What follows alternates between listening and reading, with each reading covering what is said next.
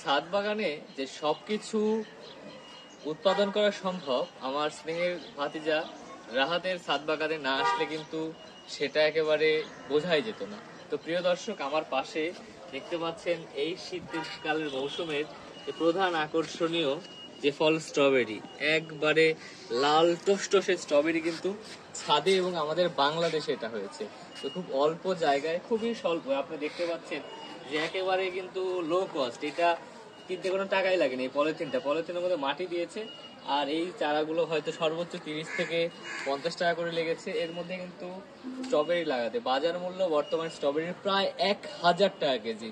তো এ কিন্তু নিজের চাহিদা মিটিয়ে অনেকেও হচ্ছে যে দিতে পারছে। তো আমি আজকে এখানে এসে এই স্ট্রবেরির গাছ দেখে কিন্তু খুব ভালো লাগছে। আপনি কিন্তু খুব সহজেই ছাদে খুব অল্প জায়গায় অল্প খরচে স্ট্রবেরি লাগাতে পারেন।